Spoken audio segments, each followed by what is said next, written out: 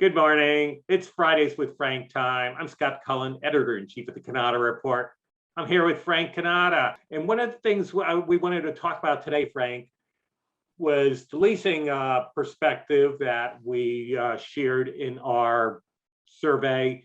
But a question that has arisen based on some of the results of the survey is how many leasing partners does a dealer really need? And should more dealers consider creating their own leasing division? This year, a total of 29 different leasing options were identified by dealers. What are your thoughts on that? Historically, what we've seen is when times get tough economically, dealers take on more leasing partners for the simple reason that they're getting more rejections than they usually get from the one or two leasing partners that they give most of their business to. Our experience in terms of historically is that dealers on average will have 2+ leasing partners per dealer from past survey results. I think it's a little less this year, it's just under 2.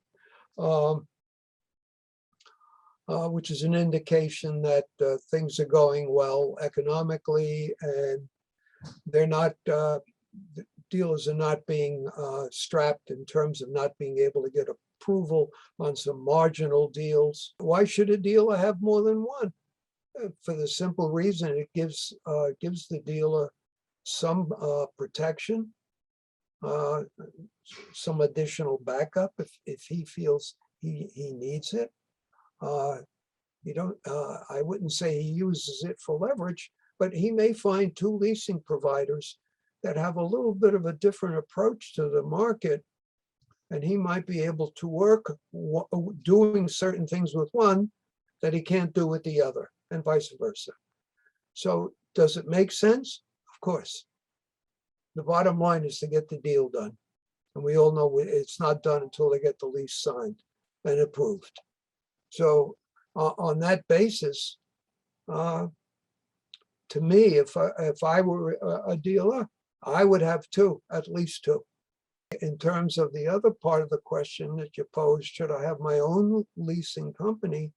I've seen dealers through the years do it and extract a very significant profit from it. But long term, it ties up a lot of your credit line with banks.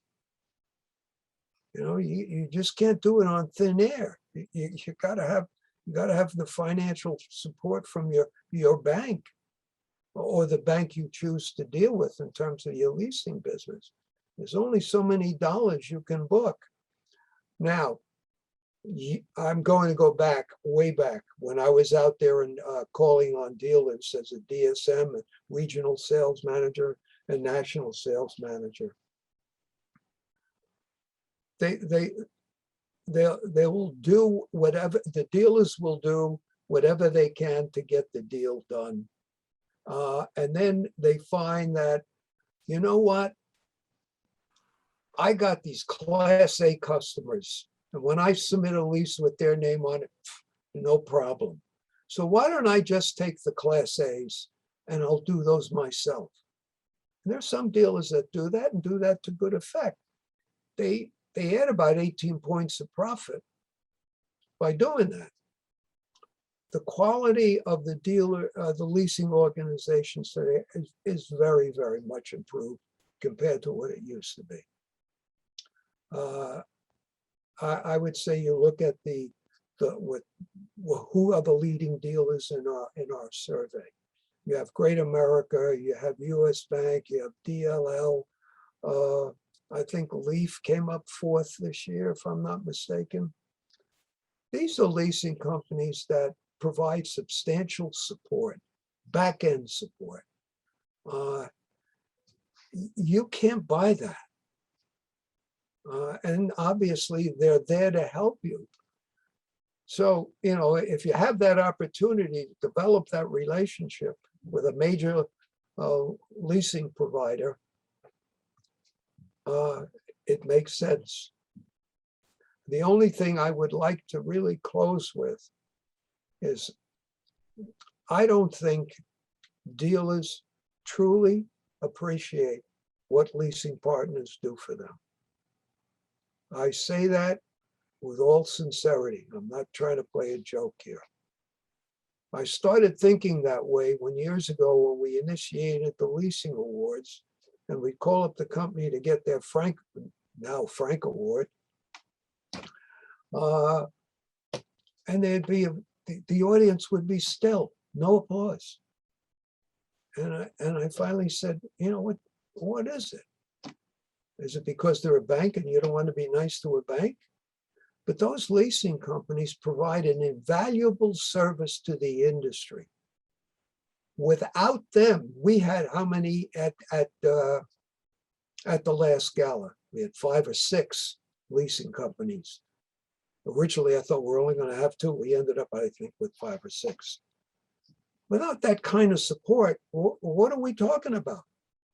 And obviously, they didn't come by themselves. And they were very generous in their support of the charities. So they fill an important role. They do the same thing for dealers with their independent dealer groups. I said in a meeting that I was very saddened by. It was a leasing company that had paid for the time to do it, got up there, and I never saw a more disinterested audience in my life. As far as I was concerned, those guys should be ashamed of themselves. They want the money, and they sit there and go ho-hum. That's nonsense, and they should grow up. It can't be one way all the time. If you're taking money, then at least have the courtesy to listen. That's the final preachment of the day.